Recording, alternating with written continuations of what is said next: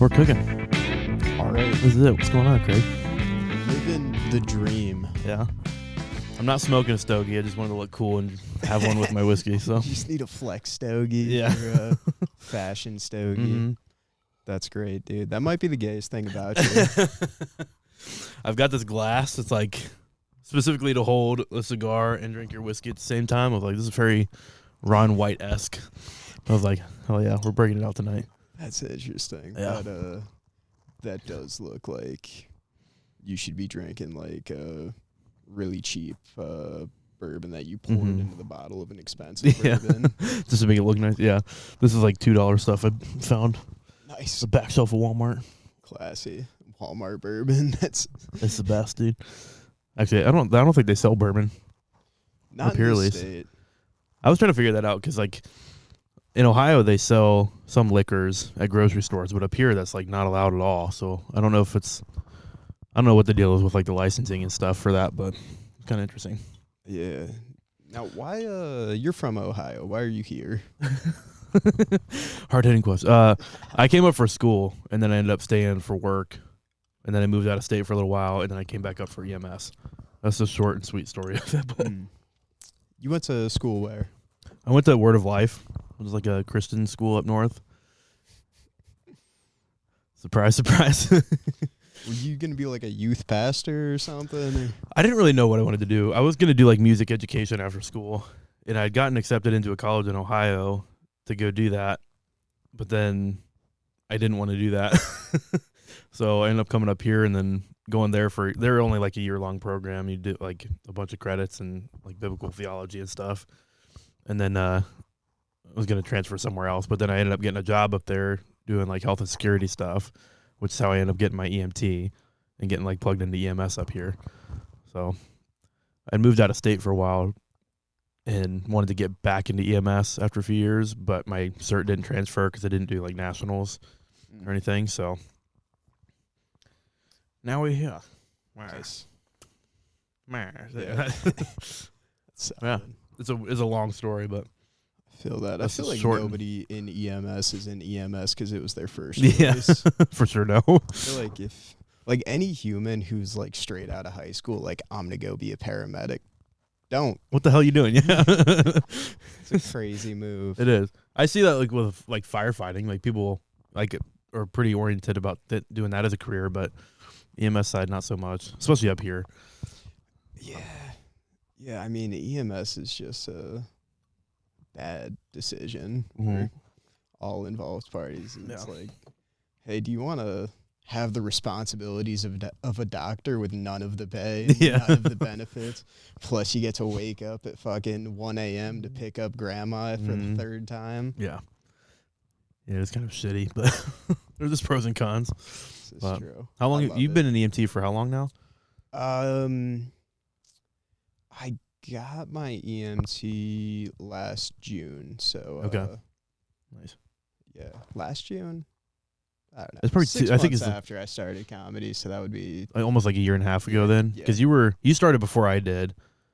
started comedy. I think so. Yeah. I think just by maybe like a month or a few. I was like February of 2 years ago. Okay. 2 Februarys ago Yeah, or so something like that. I got you beat by 1 month. Yeah. But I remember talking. I think you had a bit about like EMS or something like that. One of the first times I saw you or something. But Yeah, I recall this. I remember I had one really bad EMT joke at the beginning that I was was trying for a bit. Now I have more really bad EMT jokes. Got a whole fucking stack of them. Do you remember your first EMS joke?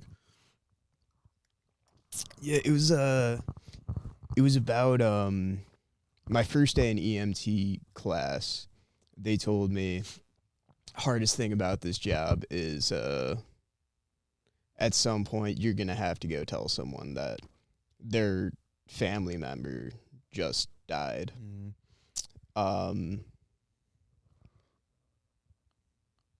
That's just an uplifting fact. I forgot the joke part. It was along the lines of, "Hey buddy, they're dead. By the way, stop crying. You don't want the other kids at the orphanage to think you're a pussy." Damn. Yeah, which Are you All right, gotta laugh tonight. We'll bring it back. Yeah. It's going in the set. That's it. Thank you guys for watching. I'm gonna end on that. That's funny. It's weird, like, because I clearly, like, I obviously do like a bunch of EMS jokes too, but like, it's weird trying to test the waters with some of them because like some are like people are pretty pensive about like laughing about death. Yeah, You just gotta like work it right, and I don't know. It's it is a weird line to weird blend. game when like you're making making dead people jokes when it's like you're literally the person that's gonna come stop someone from dying. Yeah, this is true. I had some like hesitations about doing EMS jokes at first because I like my nightmare is like I'm talking about a call and then someone's like, "Oh, that was my grandma," you know? It's like, Yeah, damn yeah. it, the fuck, no, it wasn't. That kind of happened one time. I did a bit and someone thought it was like about them or about like their distant family member or whatever. I probably lied and was like, no, it's not. Like, this was out of state somewhere else. I don't know. But yeah, that's just a weird line to blend sometimes. Yeah. So what was your start into comedy was about almost over 2 years ago? Yeah, right about 2 years? Just crossed over 2 years. Okay. I want to say it was January 5th was my first set. Okay. 24. Nice. Well, yeah, what made you get into it? Like, what was your start? So the thing that got me to go to an open mic for the first time was actually a friend of mine for years has been talking about getting into stand up, Mm-hmm. and I found out that Comedy Works has an open mic, so we went up. Initially, I was just going to be like the supportive friend, but I was like, yeah, fuck it, I can write a joke. I've been funny in the past, so we both go up. I tell a few jokes, he tells a few jokes, and fucking immediately after I was like, ooh, this is just a thing I do now. I'm fucking I am a comedian. Nice. And he did probably another 3 minutes of comedy over the course of like maybe 5 sets. Nice. Which Is he's not doing it anymore, assuming? No. Oh, dang. No, it's been quite a while. It'll pop out every once in a while. I'll go to a mic or a show, but has not been on stage in some time. Which, like, fair enough. Not everything's for everyone. I feel like you got to be a little bit of a fucking crazy person to it'd be like, I'm gonna get on stage and publicly embarrass myself 4 days a week for the next 20 years. Mm-hmm. It is a little. Especially, I have coworkers that have told about like doing comedy, and they're like, "Why?" It's like you're like trying to pursue this as a career when you have like you've got everything you need right now. It's like, well, yeah, but it's like it's fun. I enjoy doing it, and they're like, "You're kind of nuts for that." I'm like, "Well, fuck you. I like it." I mean, that's fucking wild, given your job, dude. Yeah, It's like what's a more fun job, making people laugh or picking up half dead people? yeah. Yeah, it's the same people that like tell me I'm crazy for like wanting to give up like stability for comedy that are also the ones that bitch about their job the most. Right. Like, well, we'll see how it ends up. Let's check in 10 years from now. But no, do you remember your first joke that hit? Yeah, dude. The first joke I ever wrote, I did on a show last night. Did you? Yeah.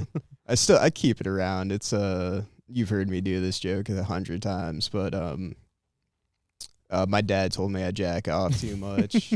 Said, yeah, we should have gotten separate hotel rooms. God, wait, where's the? Nope. Damn it. There we go. Terrible. Yeah. Was this a 217 show? Yeah, that one last night. It was Yeah. great. We had maybe like 10 audience members, which I don't know. I kind of enjoy those shows with nobody at. Like 10 people paying attention is 100 That's not times bad, yeah. better than 100 people who don't give a shit. And that room is not bad for 10 people. Like that's a decent feeling, you know? Yeah, it's at least tight. It's close enough where like you don't get the choice to not pay attention. Yeah, it was fun. I'm sure they raised at least $40 for whatever. Whatever fundraiser they're doing. Homeless people. Whatever. Which it was great. It was like some homeless thing, and then afterwards, comedians hanging out on the sidewalk as we do. Some homeless guy came up and we're like, can we just give him give him the $40? The $40, dude. I feel like cut out the middle, man. Yeah, give him a free ticket to the next show or something. It's like you just collect a bunch of change, just throw it out on the street, and you're feeding the homeless that way. It's like chickens. It's the most efficient way. It is. It is. I'm sure they'd be appreciative. Getting that money where it needs to go. Yes, that's funny. So 2 years in, what's your long-term goals? Like, I know you're kind of doing like some career moves on one end, but like, what's your goals with comedy? Like, oh man, if I could fucking make dick jokes for a living, that'd be do it. There's nothing better than that.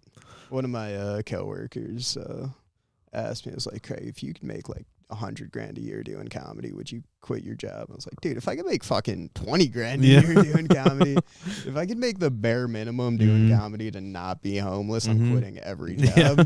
If I can make enough to get by, I'll be happy with it. Yeah, dude, that's fucking perfect. I see. Who's like your comedy inspirations, or like what comics do you watch? I watch like every Netflix special that comes out. Not all the way through. Some of them are rough, but my couple of my personal favorites, Stephen Wright. Okay. I'd throw Mike Birbiglia up there. Jimmy Carr. Oh, he's great. Yeah. Jimmy Carr's got like a specific style about him where like I feel like he's got that really like tight writing style of just fucking like shit jokes. And it's such a weird juxtaposition that I said that word wrong. Yeah, that's all right. I was gonna say it out. Throw a sound effect on that one for me. Oh no, dude! I'm gonna bit that, and that's gonna go on the board now. Perfect. Juxtaposition or whatever. It's juxtaposition. Juxtaposition, is that right? I think. Something I don't know. Like that. He's really fascinating to watch, though. I watch his he does a show called like 8 out of 10 Cats, and I watch that on YouTube frequently because it's just a bunch of comics getting together and like playing this game.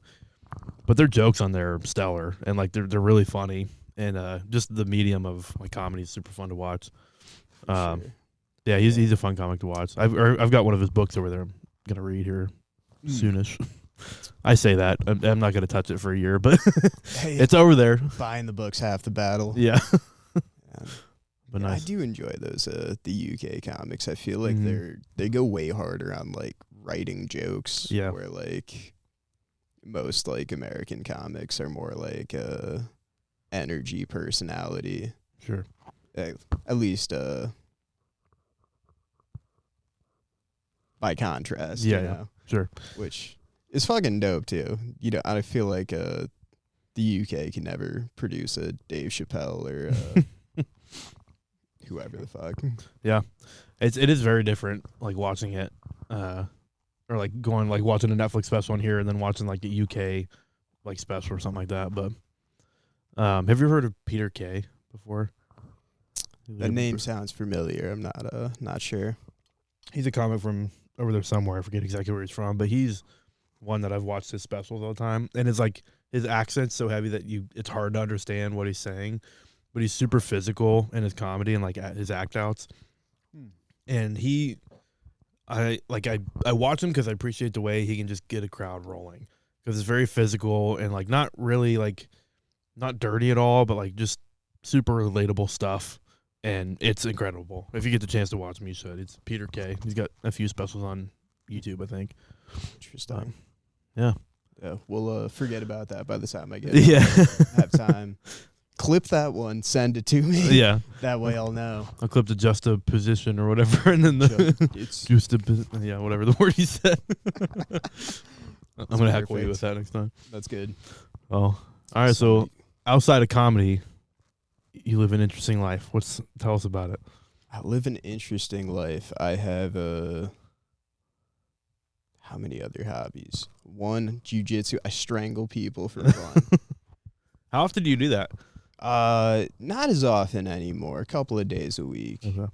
I was wondering, cause I was kind of wondering your balance with that between like school and open mics and work and all that good stuff. It's fucking tough. I feel like there's not enough time for me to do everything well that I want to. So It's all right. The way I balance that is a year from now, I'll just be a fucking shit grade paramedic. That's great. Work it out that way. Yeah. Yeah, no. Start shadow boxing your patients. Dude, I'll just be boxing my patients. Sometimes you need to, especially the areas you work. This is true. It's a weird one. You ever fought a patient? Mm-hmm. Yeah, here actually we get quite a few drunk people. So there's quite a few like combative patients. There was a span. It was while I was going through medic school. There was a 3-week span where I had 3 different incidences where people pulled knives. Nice. It was fucking wild. There was one, like, I was working down close to where you live at the time, and it was a dude in a Walmart, and we walk in there. He's like sitting on the floor. They said he had a seizure. He's acting really strange, and he's sitting on the floor, and one of the employee walks up to us and says he was making threats with a knife. I was like, okay, like, we'll start a patrol this way and like get some help. And we request a patrol, and then while he's sitting there, we're asking like, hey, do you have any weapons on you? And he just pulls out this knife and is like holding it at us. I'm like, okay, we're gonna back up a little bit. And then we end up like convincing him to throw it, and he throws it under a display, and then he just pulls out another one. I'm like, what? Fucking hell. And then it was like a few days after that, I was doing clinical time at the hospital, and some dude pulled a knife in the ER because he was like pissed at the doctors, or like they were discharging him and he didn't want to leave. And then like a week after that, I had a guy pull a knife on me up here that was like suicidal. It was an intense few weeks. It was a lot. You still have that job. That's crazy. Yeah. Yeah. I guess interesting. I've never had to fight a patient. I did once have a drunk guy who it was one of those things where like it should have just been a police pick him up, throw him in wherever, whatever they do with drunk people. Yes. But we were coming up on shift change. They didn't want him. So naturally I make the cops ride in with me. Yeah. Because like fuck those guys. Right. Yeah, especially if this guy starts fighting you in the back of the ambulance, like. Right. But like dude was relatively calm, kind of chilling most of the ride to the hospital, and then like realized he wasn't cuffed and could get up and try to fight us. Yeah. So that was a just like hand, just put him down real quick, and ended up cop cuffed him to the stretcher. Good. Which is like a bummer. He was an interesting case though. Like got to the hospital and was just shouting racial slur RMA. Yeah. Which makes me think he's been there before. Yeah, I was gonna say he's been through the rigmarole. To shout in the RMA is not something you just know. Yeah, no, you had to be around. Well, he's probably like a ex EMT or something. Maybe that, or just knowledgeable drunk guy. Been picked up by Mohawk enough times. Yeah.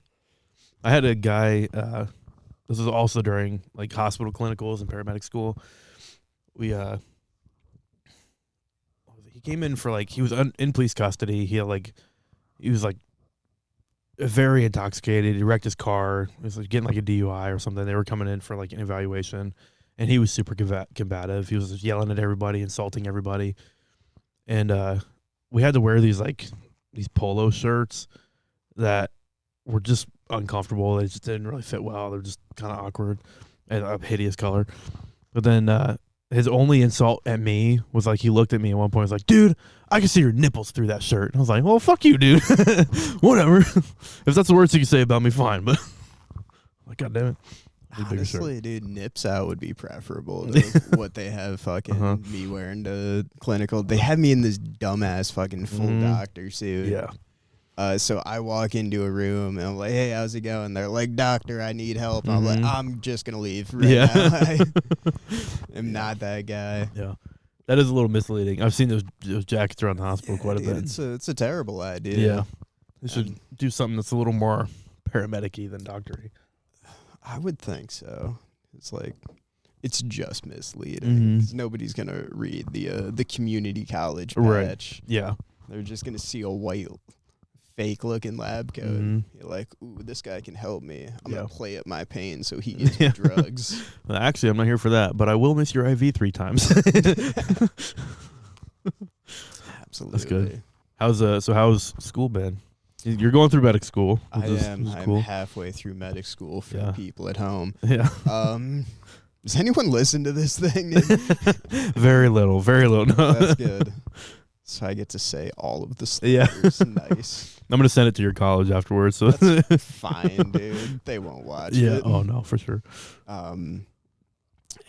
Medic school's all right. It's an interesting situation because like classes, tests, super easy. And then I get to a clinical and they're like, this guy has X, Y, and Z. This is what his EKG looks like. What's happening with him? And I'm like, not dead? Yeah. Has He's an alive. EKG. That's good. Yeah. Yeah, it's like, I don't know. You guys are paid to make those decisions. I'm just... Isn't my job just going to be keep him alive until Mohawk gets there? Yeah, pretty much. That's funny. Oh, yeah. Yeah, paramedic school is a roller coaster. It's kind of crazy. At least mine was like, we didn't do as much hospital time as you guys do, but we did a lot more like ambulance ride time. And it was intense. Like you're just expected to know a lot of stuff. And like I was very upfront with like my preceptors about being like, okay, I'm not comfortable in this area yet. Like we need to learn about it or something, but it was intense. You're kind of thrown into it and just kind of expected to figure it out. Yeah, it does seem like it's one of those jobs where we just have to pretend we're trained well. Yeah. Fake it till you make it kind of thing. Yeah, which should not be the case. I feel like it's like a job where your decisions can accidentally kill somebody. You should probably get, I don't know, a little bit of schooling. Yeah. It's weird, like, I'm always interested in, like, because my program was, like, a year long. And it was, granted, it was, like, full-time. It was more than full-time. We were, like, class and clinicals and everything just took a lot of time. But it feels like it should be at least a 2-year program between all the stuff we needed to learn. And, like, we kind of breezed through some stuff. But then that's been, like, really relevant past graduating, like, medic school. So, like, I wish we had studied more about, like, specific types of illnesses, or like there's a lot more on EKGs than we ever covered in class. Like EKGs are like, there's endless knowledge to be had with that. Yeah, we spent like 2 weeks on it, like the bulk of it. I'm like, damn. Dude, I'm just hoping that there's an AI out there by the time I'm riding that can read an EKG for me. I feel like they're going to be better than humans at EKGs soon enough. So that's my justification for like not learning them. I mean, I got the basics. I got a bad STEMI or nothing. Yeah. Like, if it doesn't look like that super obvious one from the textbook, then, like, he's fine. Yeah. I've wondered that because, like, I've had, there's, like, I've been learning some, like, early signs of, like, STEMIs in, like, EKG findings. And there's, like, very small indications, but, like, pretty typically they'll lead to like STEMIs or NSTEMIs or whatever. So I'm like been trying to study those, and as I've been going through that, I was like, wow, I wonder how many of these I've missed just because like you don't know what you don't know. But yeah, it's kind of nuts. Have you had a patient with a STEMI yet? I mean, at my when I was an EMT, absolutely, we had a handful of them, but for me as an EMT, when a STEMI happens, it's like, oh, just drive. Yeah. Easy. I get the easy part, yeah. Yeah, no longer pay attention. I remember my first STEMI out of after graduating. Well, I'm sure there was like a few. I had like people that had like chest pain and stuff, but it wasn't like an obvious like ST elevation STEMI. And until this one I had like this past summer, and this guy like crushing chest pain. He collapsed on the floor. He looked like dog shit. And we get a 12 lead on him, and it's like the classic like inferior wall STEMI, like huge elevations, huge depressions.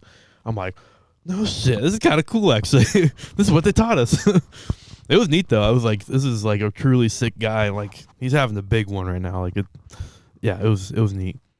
Not for him. It was cool for me to see it. I'm like, we're gonna take care of you, pal. But yeah, it was interesting. That is kind of that weird like dilemma of our job where like I go to work every day hoping that nothing happens. Like everyone's safe, maybe a stub toe or something. So I get an excuse to stop for coffee on the way back. But like also whenever I show up to a call and there's like massive hemorrhage that you got to tourniquet up, like that's just fun. That's kind of cool. Yeah. It's an adrenaline rush that people I don't think understand fully unless they've done it. Like that's something that's hard to explain on stage. You're like, I don't wish for people to be hurt, but when they do, it's kind of fucking cool. Like when they have like big trauma, that's neat for me because I get to do a lot of skills that are fun, and I can say I've done them now. It's interesting because like, daily basis, like I always hope it's a day when I can just like take naps, play video games. Yes. Do the bare minimum, get paid to sleep, but that was today for me. Nice. I did 12 hours, nothing. It was crickets all day. Congrats. Thanks. It was great. That's a win. Yeah. The place I was working at today it's been hit or miss. There'll be times where it's like nothing. I'll go like weeks without a call. I only work like one day a week there or every other week or whatever. But then there's been days where it's like 5 calls. We have a long transport to the hospital.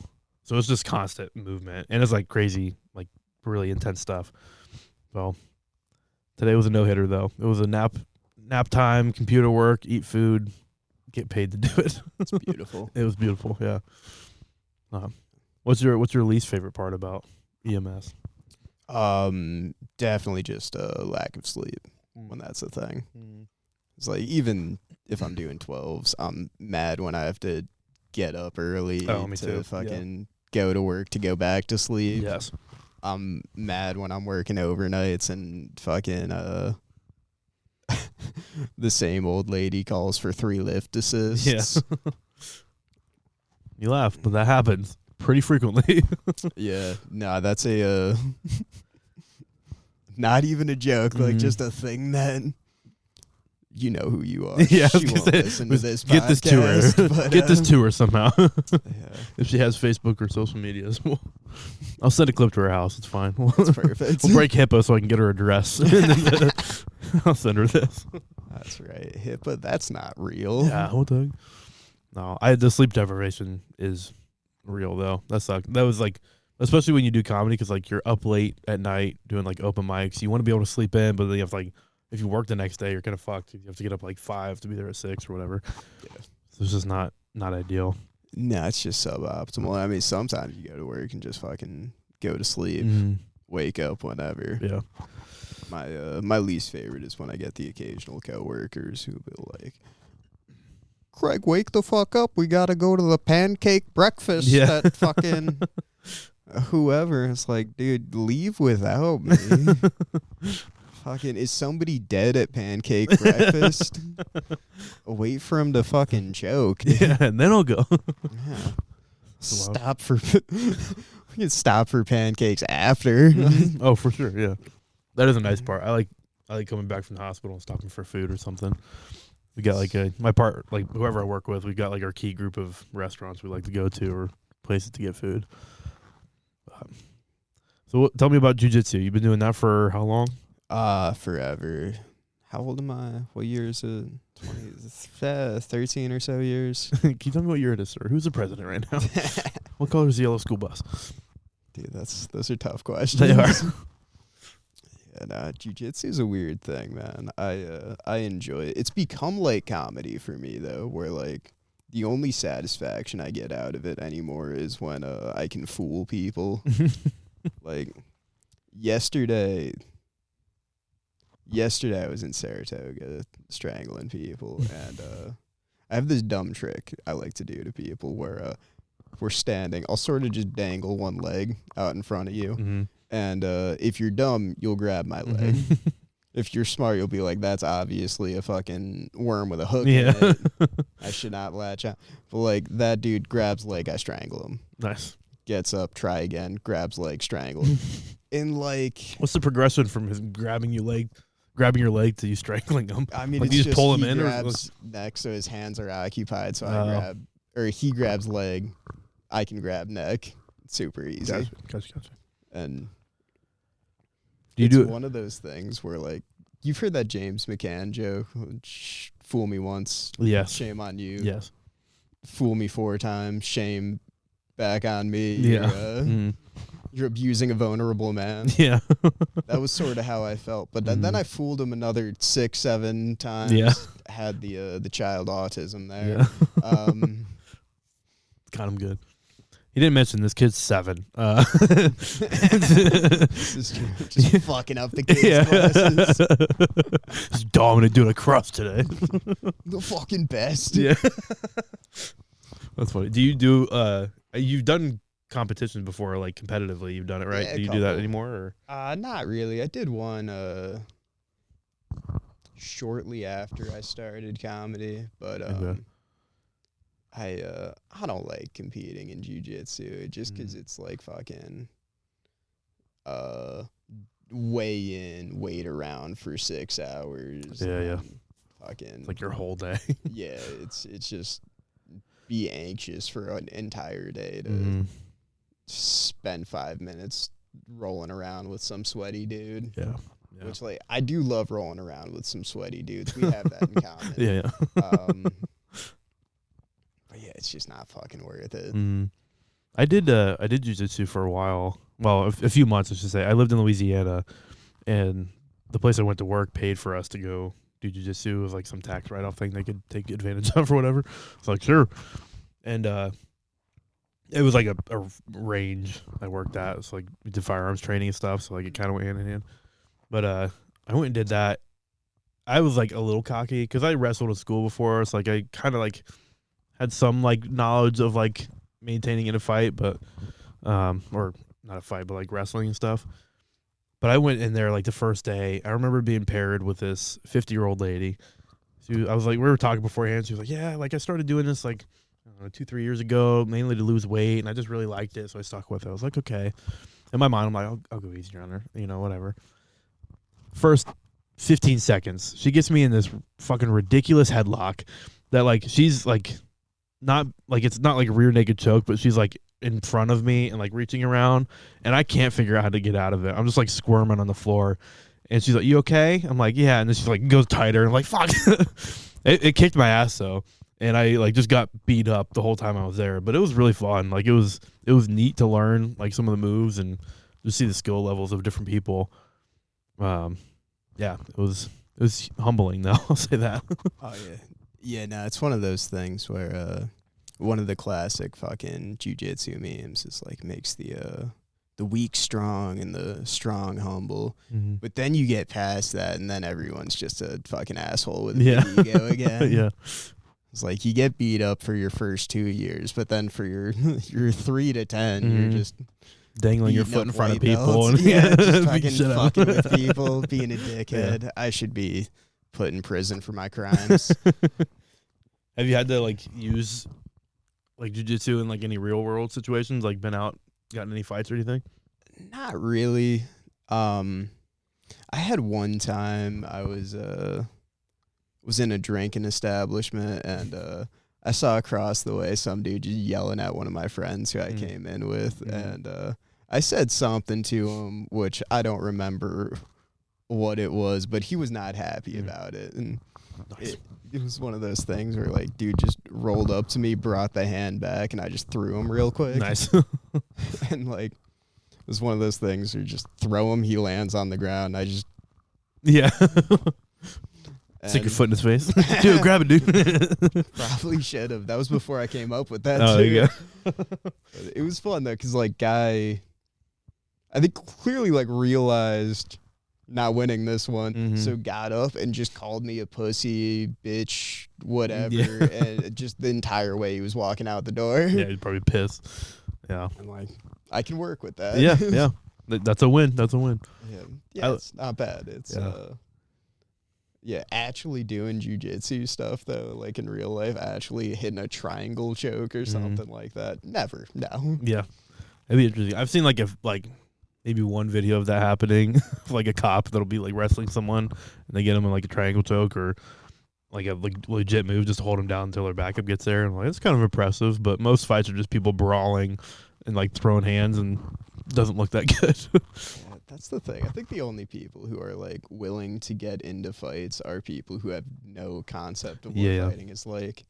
But here's a fun fact. So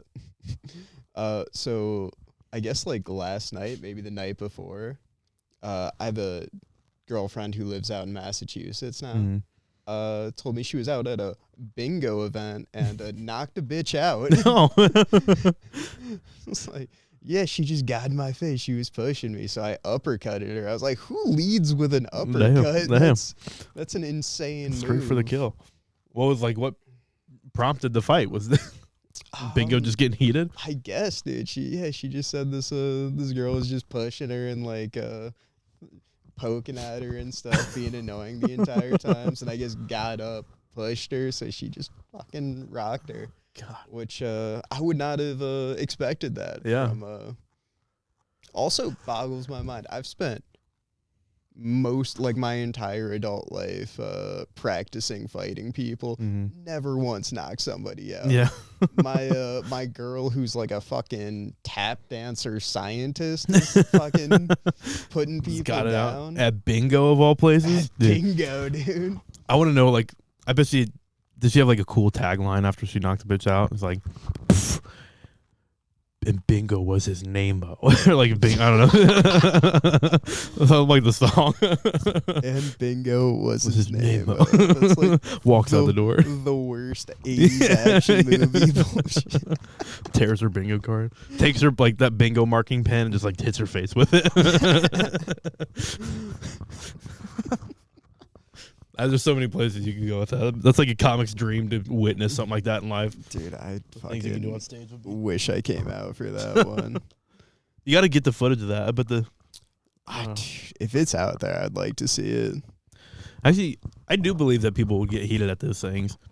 One, because like older people mainly, and they don't have much things to put their energy into. So like Tuesday night's bingo night, they're fucking there for it. But then I also like remember the Impractical Jokers episode where that was like one of their like punishments. They had to like kept standing up and yelling bingo in this room of like 300 people playing bingo, and they were getting pissed. Like they were ready to fight.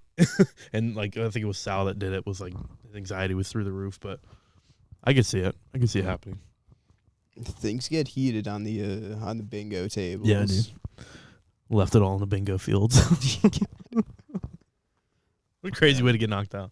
It's such a ridiculous idea. It's like, of all places to get into a fight. I feel like that's where you pick up knitting, is a bingo party, bingo thing. You should be sharing recipes and pictures of your grandkids and playing bingo. You shouldn't be. Shouldn't be chilling out. Jesus Christ. I know. Bingo, not supposed to be a violent game. Mm-hmm. Guess not. She didn't get the memo. Yeah. She plays to win when I it guess comes so. to bingo. Yeah, maybe it's not the people that are there. Maybe it's your girlfriend that's the problem. That's a real possibility, honestly. Should not trust her. She's maybe the people there are just ageist and they don't like younger people playing their game. You know, I didn't ask that question. So now there's a part of me that hopes my girl just knocked out an 80-year-old woman. Yeah. That's what came to my mind. I was like, it has to be an older lady. I don't see there being more than like 1 20-year-old there, like people in their 20s. Interesting. I'm going to have to check in on that. Mm-hmm. We'll see. Get the age of the... Yeah. Check back it. I'll have you back on the episode at some point. We'll get that information on for that one. That's good. Yeah. Then it's just kind of sad at that point. It's an 80-year-old that was knocked the fuck out. Yeah, I don't know if we could release that information. If I'm not back on the podcast, that means my girlfriend abuses old women. Yeah, that's your sign. You know. The anticipation until that's good. Yeah, dude, that'll be a real cliffhanger for your viewer. Yeah, the one of it. You know who the viewer is? That lady that got knocked the fuck out. Thanks, Grandma. That's her. Full circle. If you get news that your grandma just got knocked out at bingo, It'll be wild. Well, first of all, I'd be surprised because all my grandparents are dead. So I'd be like, holy shit. There's so many twists to the story. That's a lot at once. It is. Your grandma, she was alive, not anymore. Yeah. She gave up her family for her lavish life of bingo and paint and sips. I don't know. I don't know, whatever the fuck old people do. But is paint and sips an old people thing? I thought that was just young lesbians. You know, I really don't know. I haven't researched it that much. We can go to a paint, so we'll record the next episode. At a paint and sip. That's good. That'd actually be kind of an interesting podcast platform. Paint and sip. Give you something to do while you're talking. I feel like if you need a reason to make a podcast worse, that could be it. Yeah. Oh, goodness. Can this conversation be more slow-paced and awkward? I've got the thing for you. Ooh, especially if like you do like a local comedy paint and sip where you plus another local comic paint another naked local comic just to hang out with like fucking Jay Connolly and paint a naked Mike Burnett. Yeah, but it's like the whole thing. You gotta like mold it with clay first. You gotta get real intimate with it. That'd be great when he has to make comments. Like, come on, it's bigger than that. Yeah. It's to defend himself. That's we just present it when he comes on the episode. Like, all right, how do you feel about yourself? Find out his insecurities pretty quick. I'm not gonna do that. It's too much time and effort, but that would be a lot of time and effort for a dick joke. Yeah. Sounds interesting though. Well, nice. So jiu-jitsu a few times a week, paramedic school a lot during the week. Yeah, more than I'd like to be. I'd love to get those ratios switched. Yeah. But how often are you're doing comedy? Like 3-4 times a week? I do comedy. Is it more than that? Pretty much. I try to go to every open mic. Okay. So probably 5 days a week is my average right now. Nice. Which is solid. There's a part of me that thinks doing that many open mics makes people who go to open mics think I'm worse than comedy than I actually am. Because, like, I probably write as many jokes as everyone else does. But at the same point, I've tried that joke 3 times in a row this week. Mm-hmm. I'm sick of it. Tonight, I'm just going to roll up and talk about my asshole for 5 minutes. See what sticks. Yeah. Just try something new. That is tough. I was talking to, I think, Mike about that, where it's like hard doing jokes in front of the same people, or like especially a new joke you're working out because like the laughter just kind of peters off because they've heard it before. That's why I really like going to different scenes and like go up to Burlington or whatever just to try jokes out, just to see if it's like staying consistently funny or if it's like funny because I told it in front of friends and then like it's not gonna hit at a show, you know? Right. Yeah, no, I love going out to the different ones. Burlington fucking sucks though, just because it's so goddamn far. It is. Did you ever go up there? I've been up to Burlington once. Okay. It was 3 minutes the time I went. Yeah. Which went up, tried what my new shit was at the time, fucking crushed, and then drove home for 2 hours. Yeah. It is only 3 minutes. It's like, unless you're hosting, then it's 4, but like, it's not a lot of time. But they're pretty honest up there, and they always have audience members. So like, even if you go up there and like tell the same joke every week, there's always fresh people to hear it. So it's kind of nice from that perspective. But that part is kind of cool that they at least have people. It was, if that was a show that I did that night, the time I went, it would have been one of the best shows I'd been on. Yeah. It's like probably 40, 50 attentive people in the crowd. Yeah. And like in a legit club, like a setup to do comedy, their staff is there and doing like really good. Like the production value's there. They play music when you go up on stage. Like the energy is just really cool. I was there this past Wednesday and there was probably same deal, like 40, 50 people there. Most of them just audience members. And it was cool. Like my set, did really well. It was just a neat venue to go to. So, a venue to go to. Like, it was a neat open mic to go to, I should say. Yeah, no, it's interesting out there. It's definitely like a different vibe from us, though, from like Albany mics. I've heard that a lot of the comics up there would be like, I've asked like if they've ever come down here for mics, and one this past week was like, yeah, I went to the one in Saratoga before. That sucked. I was like, it was awful. I was like, oh yeah, it'll be like that sometimes. It is. I was like, it's really hit or miss. Like this past week, there was a bunch of people there. It was like Yeah, a really dude, good it was turnout. a great mic this past week at Saratoga. Yeah. But like fucking 2 weeks ago, it was fucking 13 of us telling each other the jokes we've already heard 100 times. Yeah, it's tough. It's hard to guarantee a good audience here. You just can't. I feel like you almost get more out of a bad audience, though. Mm-hmm. It's like a good audience, if I can just go fucking tell the jokes I'm comfortable with and like get some easy laughs. Sure, that's fun, that's great, but like I'm not getting better doing that. Where like if I'm up there fucking struggling in front of 40 people who want to see me fail, or 4 people who want to see me fail more reasonably, and like if I can crack them a little bit, that feels almost better than crushing for an easy audience. Yeah, it is rewarding. Yeah, for sure.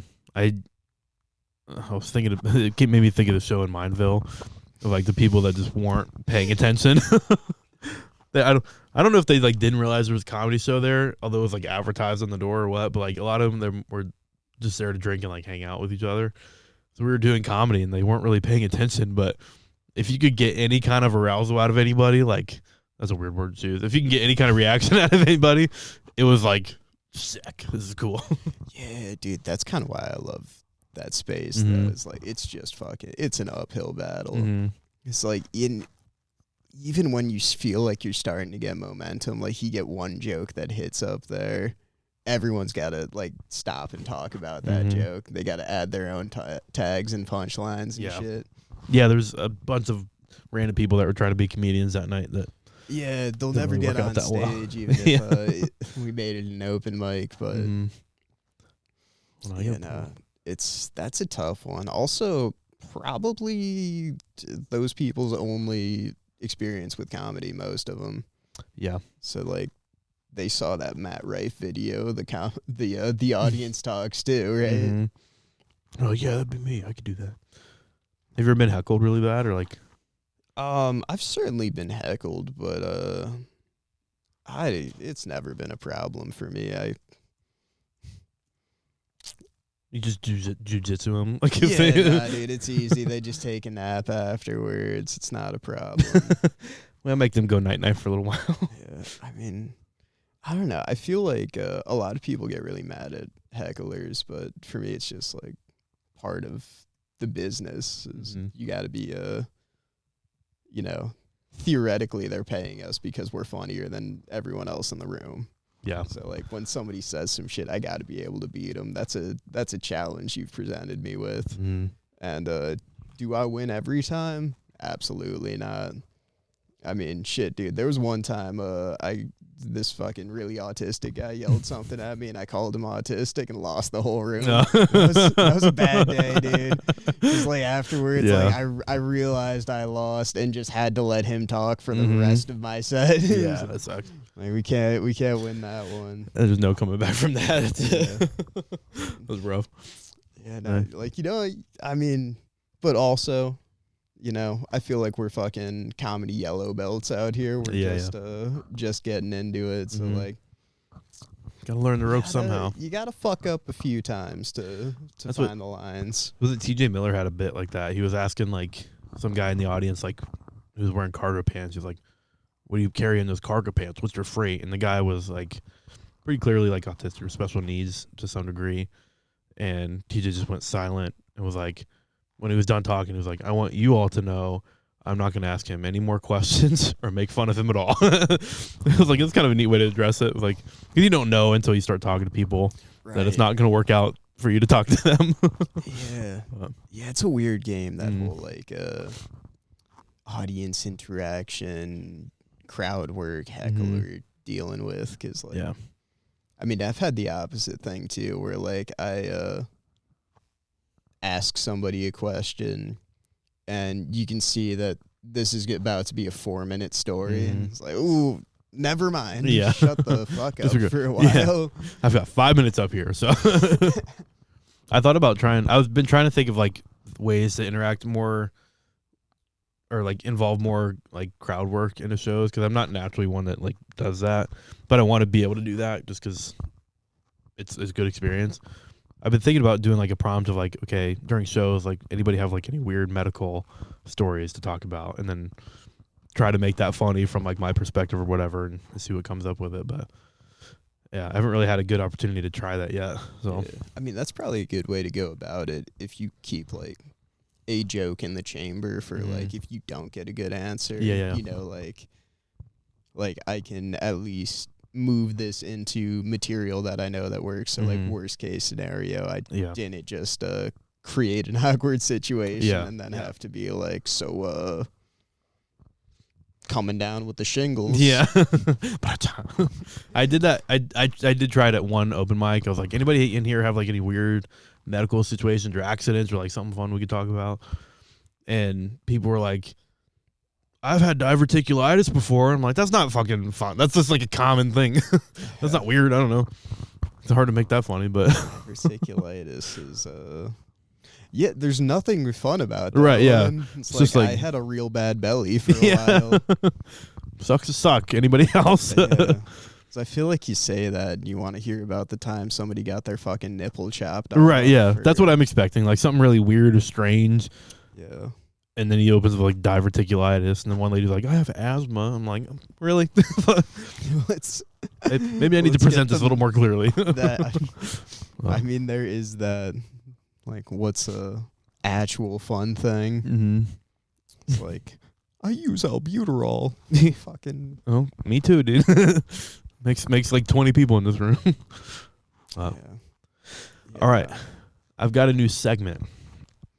We're trying out. You're the guinea pig for this. So I might make like intro music to this. Maybe we'll make something fun, but I don't know. I asked ChatGPT to make us a random prompt we can try to write a joke about. Oh, terrible. Yeah. We're going to try it. And this is what I just asked. Give me a random prompt to write a joke about. And here's the prompt they gave. Write a joke about a guy who trusts his phone's autocorrect more than his own memory. That's pretty much it. I mean, have you ever had that happen before? Yeah, like literally, like today before I came here. Did you? Was writing doing my homework for fucking paramedic school and had that thing correct me to say instead of a contusion he has a consultant, and I was like, you're probably right. Yeah. That's better. It's right somehow. You know, I believe you. Whatever it is, the robots know better. Nice. Yeah, that joke won't work. That'll bomb at the mic. Yeah, it's good for it landed here. That's about it. That's all I need. Yeah. For my audience member. It's like my mom or something. Is it your mom? Is your mom the one? Actually, I don't know if she watches these or not. That's good. I don't. If you do, hi mom, love you. But Caleb's mom. What's up? What's going on? I don't know that I've had any like bad autocorrect things. There's definitely been like charts that I've done like after calls, or like 3 a.m, trying to knock this chart out. I'll submit it, go back in later, like look at it because I was like, oh, I feel like I fucked something up in here, and like there's this word spelled terribly wrong. But I don't think there's been anything like awful or like really embarrassing. Yeah, I did have one chart I wrote at like, it was like one of those middle of the night calls where like got back, banged it out real quick, and then got an email the next day. It was like, you didn't document any vital signs, lung sounds. It just says brought to hospital for respiratory distress. I was like, all right, Yeah, you got me there. My bad. Sorry, dude. Whoopsie daisies. Yeah. That's funny. Yeah, I can't think of anything that I've I don't know. All right. End of that segment. Quick. We'll be right back.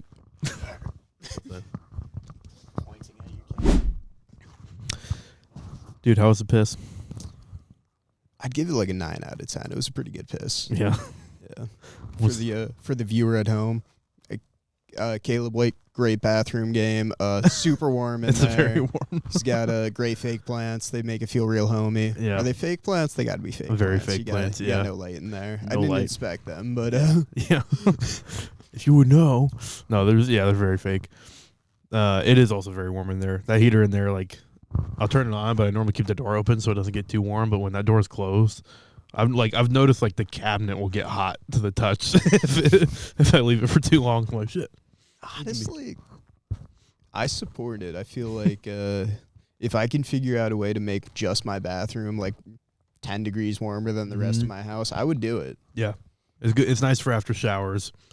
Just keeps it nice and toasty. But that's a win. Yeah. That's like the peak of this conversation. Where do we go from here? All right, Caleb, why do you do comedy? Because I like the attention. I always suspected that about you. Clearly not for being funny. Yeah, fuck you, dude. Damn, that's gonna be the clip we post for just you roasting me.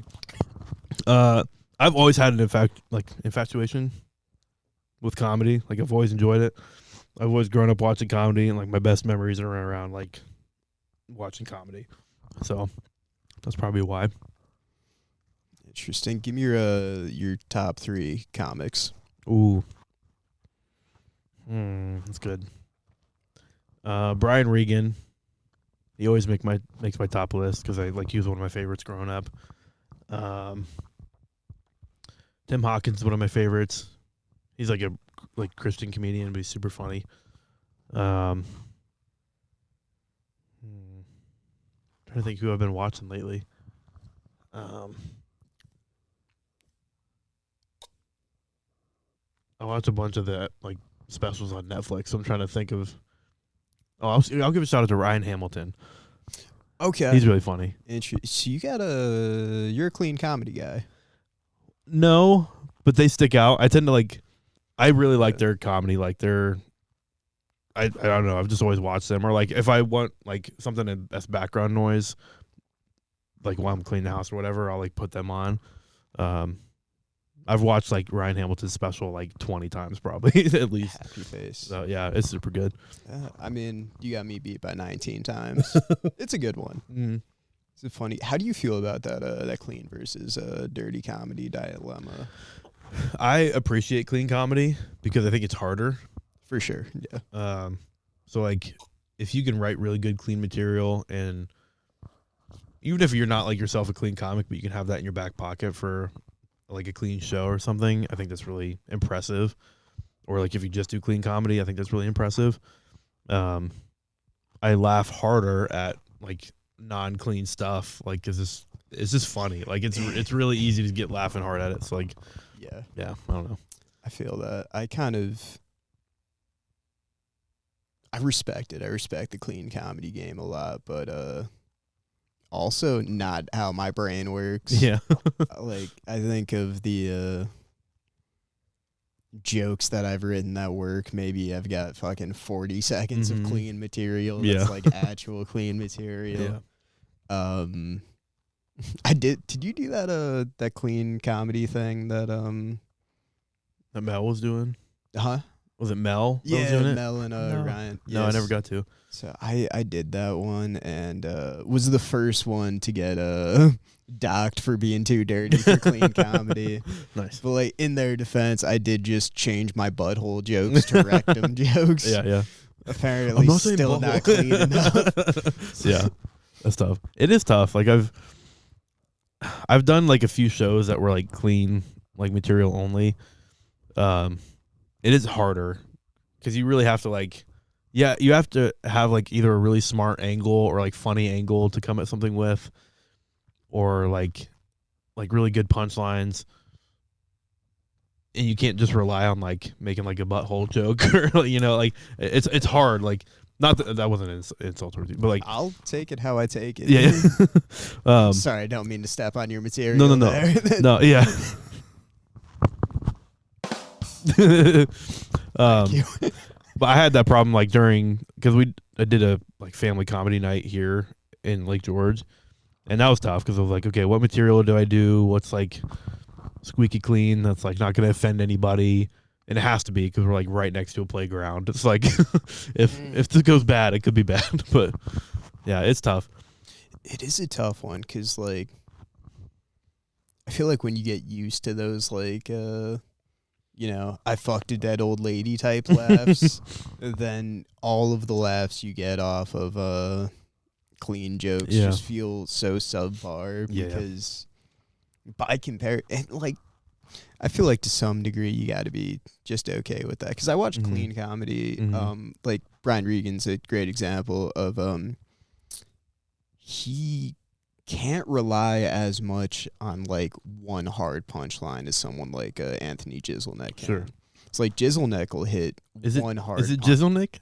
I have no idea, dude. Jeselnik, whatever the fuck his name is, dude. Fucking that creepazoid. Yeah. Can't remember her name. This puts us in a weird juxtaposition. It's just a position. Just a position. Man, I should learn to never use 3-syllable words. If you have to use more than 3 facial muscles, it's just not going to work out. So you just stop. Yeah, it's true. No, but yeah, I get what you're saying though. It is different. It is, and it's like whenever I have an idea for a clean joke, I'm like, ooh, write the shit out of that one, and then I test it out, and it's like not as good as. It's tough. Nothing will ever be as funny as the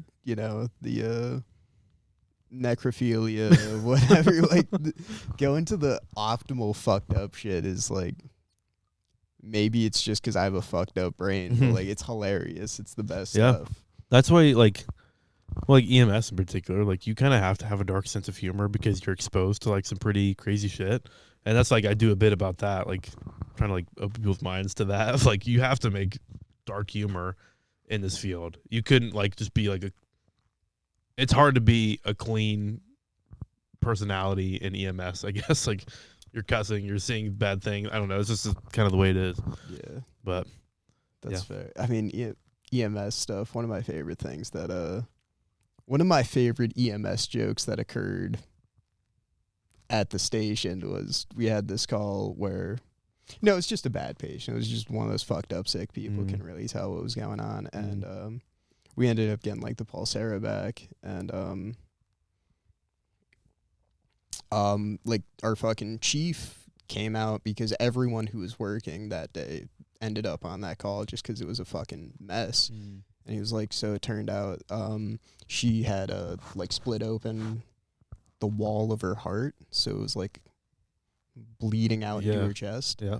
And she also had a rectal bleed. So I was just like, sorry about that part, guys. That's my bad. Didn't think anyone would figure that one out. For the viewer at home, I didn't actually fuck that lady. Jokes. Jokes. See? Jokes. Nope. Where is it? No. There we go. Jokes. Appreciate that. Are those just like the default sounds? Yeah. Yep. That's great. That laughter goes on for a long time. It does. It's comforting. Yeah, that's our favorite. That's why I fall asleep to that, actually. Yeah, I do enjoy those audiences who laugh for 1 second and then just stare at you again. Yeah. Because like you're like, fuck, I got to be funny again right now. I know. When a laughter holds out for a while, it's really nice. Gives you time to think and like plan for your next bit. Yeah. I enjoy that too. I mean, that's the best feeling in the world when you're just standing on stage and just like, I'm going to have to cut a tag from a later joke so I don't run my time right now. Yeah, no I'm so good at my job. Yeah. I am, of course, referencing the one time I got a laugh doing comedy. And that was your first open mic, so it's been a while. It is. It's been a fucking downhill for me, dude. Nice. Interesting. What's been your favorite show you've done? My favorite show I've done. That's a good question. A couple of the comedy competitions have been really fun. The finals of that Glens Falls one. Do you ever do any of those? I was only able to make it to one, which I was so pissed because it's close. I was like, this is gonna be great. But then I worked literally every like Tuesday or Thursday when they're happening. I was kind of pissed, but unfortunate. Yeah. Like the finals of that one was just a great crowd. It was a super hot room, but also like it wasn't easy.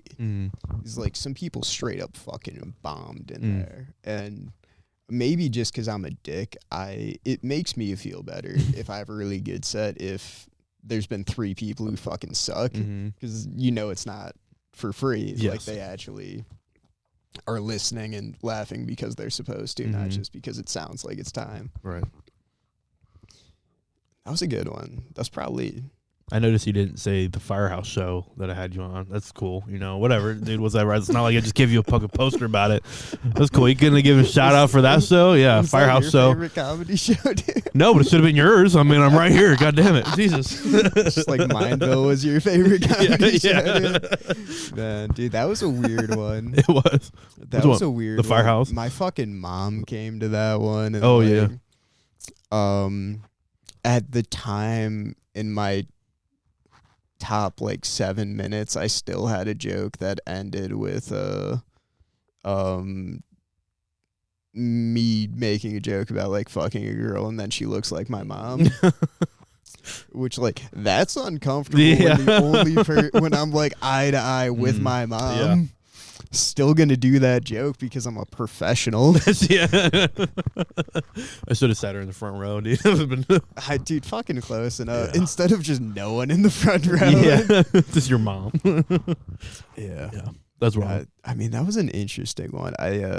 Ray Harrington was really funny though. Oh yeah. Though. He was able to address the weird tension of that room in a really strong way. It was he had a solid set. Yeah, he did. I was super thankful. I had another, we talked about that earlier. I had another headliner booked. They had to back out. And Ray just so happened to be coming through the area. So it kind of lined up perfectly. And I'm so thankful that he was on that show because he really did win the audience over in ways that I'm not experienced enough to do. He really kind of picked up on certain nuances of people in the audience. He picked on my chief, which was really funny. Because if you know him, everything Ray was saying and guessing about him was spot on. Nice. That dude's a good, real fucking professional comedian. Yeah, he just had a Don't Tell special come out not too long ago, I don't think. And, oh, interesting. Yeah, he's touring regularly. He's all over the place. Yeah, he's sick for sure. Yeah, no, that's It was a fun show. I wouldn't say it was my favorite. No, it was a good time, but it was a little bit of a.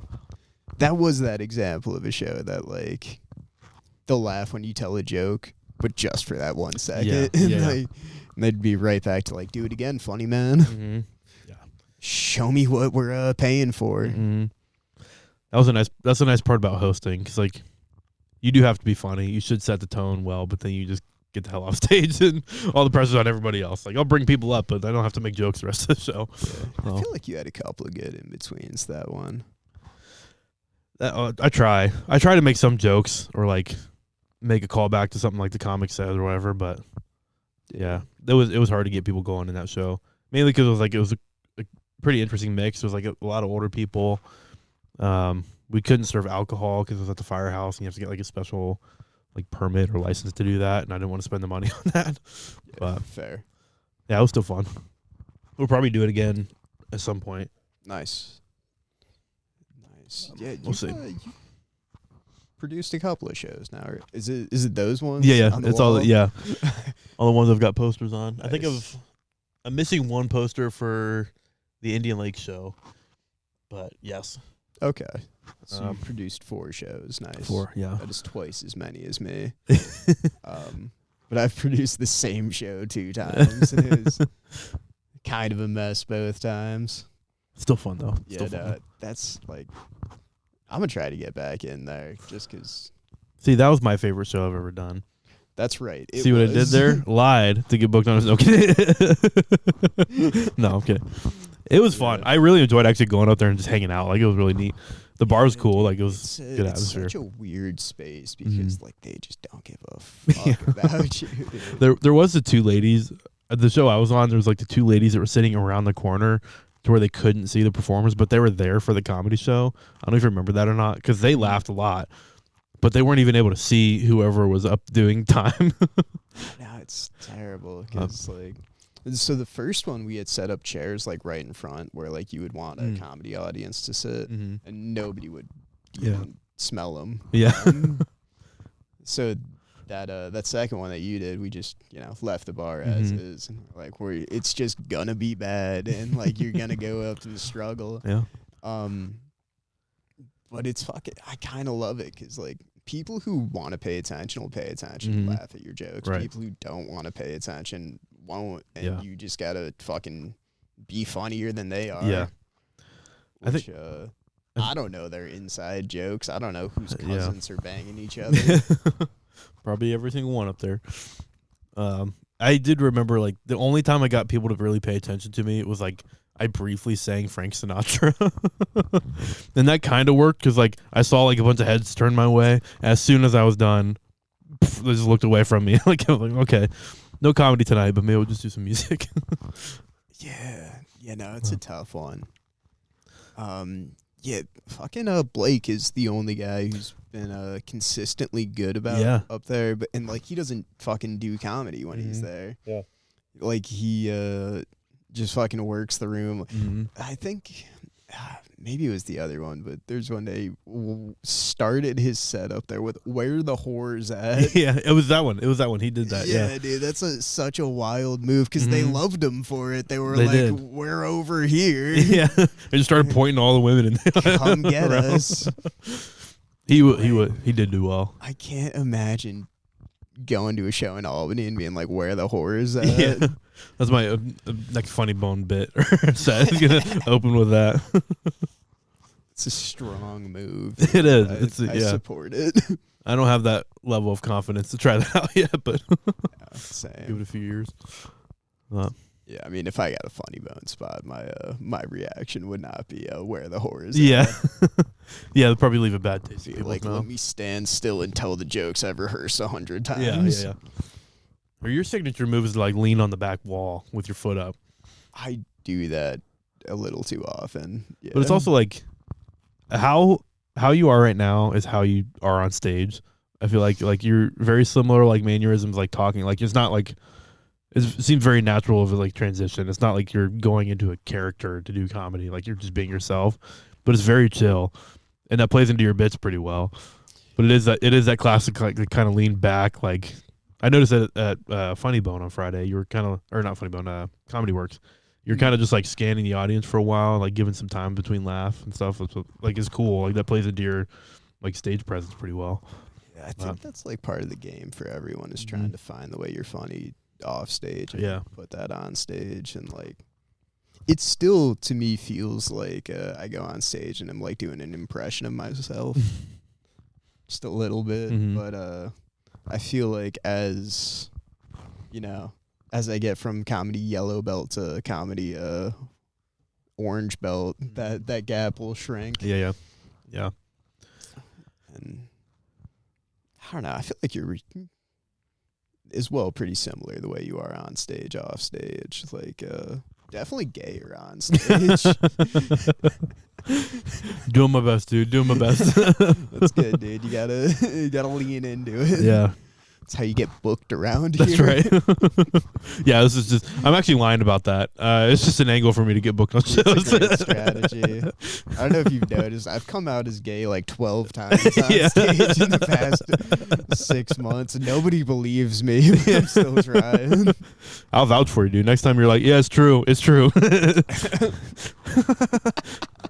Don't ask me how I know. It's just true. Next time in the group chat, somebody's like, hey, we need people for this gay show. When I throw my name in. Yeah. Perfect. Worth it. I'll act anyway if it's time on stage. Dude, time on stage. You said 10 minutes? Dude, I'll be gay tonight. That's easy. Yeah. I wish I could smoke this in here. I would love to smoke a cigar now. Are you a cigar smoker? I smoke a cigar about once every 2 years. Yeah. On like special occasions, just cause, or like what? Not like no special occasion, just because like every second year I'll be like, today's the day. Yeah. I feel like smoking a cigar. Just get a craving. I'm like, I love cigars. Like I like the atmosphere around cigars too. Like going to like a cigar lounge, just sitting and smoking. But I'll have like, I've got like a group of friends I'll have over here for like cigar nights. So we'll just drink bourbon and smoke cigars and hang out and talk for like hours on end. It's really fun. Like a bunch of the guys from the Firehouse enjoy cigars. It's kind of the nature of it. So, nice. Yeah, firefighters love cancer. It's a problem. They do, dude. Yeah, it's a big push for us to like not be exposed to carcinogens, but then we leave there and we're like fucking smoking stogies. Smoking stogies, drink some bourbon. Yeah, it's good stuff. It's a problem. There's so like you've probably heard about this whole thing with like firefighters have like crazy rates of asshole cancer. Right? Yeah, prostate. Yeah. And part of me wonders how much of that is like fire stuff and how much of that is because you go to a firehouse and people are like, oh, we're dipping our French toast in melted ice cream today. Yes, the unhealthiest lifestyle ever. Right. Yeah. And then like fucking, I don't know if it's the same here as it is everywhere else, but like every off the clock firefighter event is just fucking drink 100 shitty beers. Yeah. I know fire stations around here that have a fridge that's just for beer. It's still in their station. Like it's like the volunteer mentality is like old school, but they go there to get drunk and like have a good time, and then they'll still answer calls as they're pissed drunk. Like it's crazy. That's wild. What? I fucking wish, dude. I should have been a dude. If they paid better to be a volunteer, I'd be all over that shit. Paid it all, yeah. No, it's fun volunteering. It's definitely like taxing. That's been something I've been considering just for this coming year. Is like, how much time do I want to devote to like volunteering versus comedy versus work, and like even more like podcast stuff or like other video projects I want to do. It's like volunteering kind of takes the back burner for me getting paid and like career stuff. So, but it's also hard because like it's kind of important to have volunteers because we rely on them to save lives. You kind of don't want your town to burn down. I get that. It's a little but bit of a dilemma. at the same point, like, how important are your dick jokes? Yeah, so important. I'm not going to the house fire tonight when we get it. Easy. It's weird. Just a position. It's just a position. It's a position that's weird. Get it it's out, just dude. a position. Just try it. You're getting there. I need to clip that. Put it in here. I think it was just a position. Just a position. Just a position. That's right. Dang. Man. Nice, dude. You have any shows coming up? Nope. No. We're nah, dude. I had a bunch of shows booked and then not anymore. Did them. Just did them all. Where were you at recently? Oh, you just had you had the one last night. We were at 217. Yeah. Last night. Son of Egg a little before that. We were both at Margarita City a couple of weeks ago. That was fucking weird. Yeah.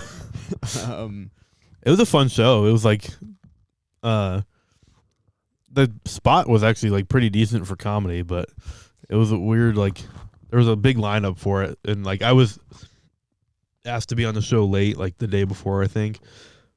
So I really didn't know what to expect when I got up there, but I had fun. It was neat. Yeah, nah, it was a cool one, but it was fucking weird. Just with like the mics not working. Oh, and, the audience being just kind of weird. The margarita machine in the back. Being loud all the time. I mean, hey, that's the best show I've ever had in Margarita City. Samesies. Yeah. There's a lot of growing pains, though. I'm sure the next show will be for sure a lot better. Yeah, I was booked on one secret show at Margarita City prior to that, where it was a birthday party where we got there, and the owner of Margarita City, when I walked in, was like, "Hey, don't tell anyone you're a comedian. It's a surprise that comedy is happening." Great. So it's this birthday party with like fucking 12-year-olds and 80-year-olds. And dude fucking brought up fucking Burnett to start. Not like, hey, we're doing a comedy show. It was like, this is my friend Mike. He has some words to say. Cool. Yeah. So like Mike went up, tried his best, and then you know, when I went up, I was like, dude, fuck it, I'm just doing my my fucking set, which is mostly fucking butthole jokes. I was gonna say, not that appropriate for 12-year-olds, but no. So like at some point I was doing some butthole joke, and this guy's grandma like stands up and goes, "I've had enough." Did she really? Yeah, dude, it was fucking terrible. Damn. So, and like I saw that and I was like, well, I can't beat up this guy's grandma, so I just have to finish my set. So I just didn't address it and just fucking kept telling jokes. And then it was like half the crowd is like biting their tongue to not laugh because they want to stay on grandma's team. And the fucking tough, dude. The other half is just staring down the people who wanted to laugh. Yeah.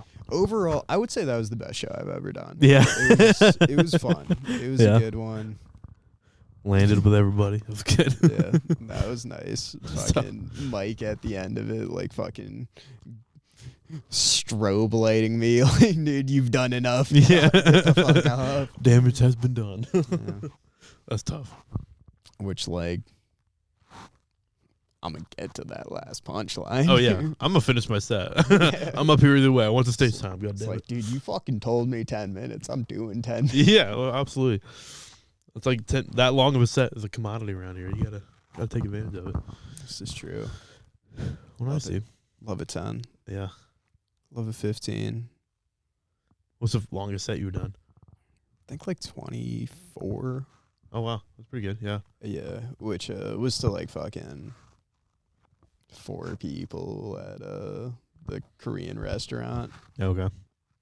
But did pretty well. I mean, all 4 of them laughed. Good. That is good though. I've done that at Son of Egg before, or it was like one of their. It was like a Saturday show or no, what was it? I forget what the show was, but they gave me like 8 minutes or something like that, and there was like 4 people there. There was like a Democratic convention for like Rensselaer County there like right before that, so like some people stayed over. And I just did my set, and like I made those 4 people laugh, and it felt pretty good, to be honest with you. Yeah, no, I appreciate those. The little shitty room, not too many people in it. Yeah. Like, if you can make those 4 people laugh, Hell that's yeah, the fucking truth. Dude. Yeah. You did comedy. Mm-hmm. Yeah. Nice. Well, Absolutely. so we wrap things up. It's been great, sir. Where can people find you? You want to plug your social media? Chef Craig on Instagram. Chef Craig Nesler on Instagram. For the one person who, for our viewers, Go Chef Craig on Instagram. If I don't get 1 follower off this, dude, I'm going to be so fucking mad. Pissed, yeah. Delete it. Absolutely. I'll delete the episode. That's the only fair response. Yeah. Are you on like TikTok or anything like that, or Facebook or any of those Should I things? be on TikTok?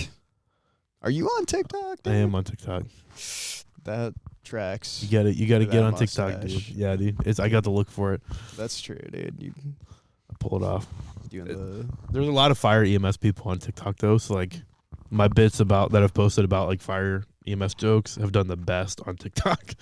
Which is really interesting. So you need to get plugged into that community, dude. Drop your first responder bits on there. And Yeah, I feel like I gotta wait until I'm like not about to get fired.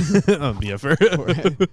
I'm very afraid of dropping like any of my material online because I feel like somebody's been like, he just said he's bad at his job. We can't hire him. He works for our town. What the hell? Yeah. Whoops. But yeah. Nice, dude. Well, thanks for coming on. Yeah, appreciate it. It's been fun. All right, good. Have a good night.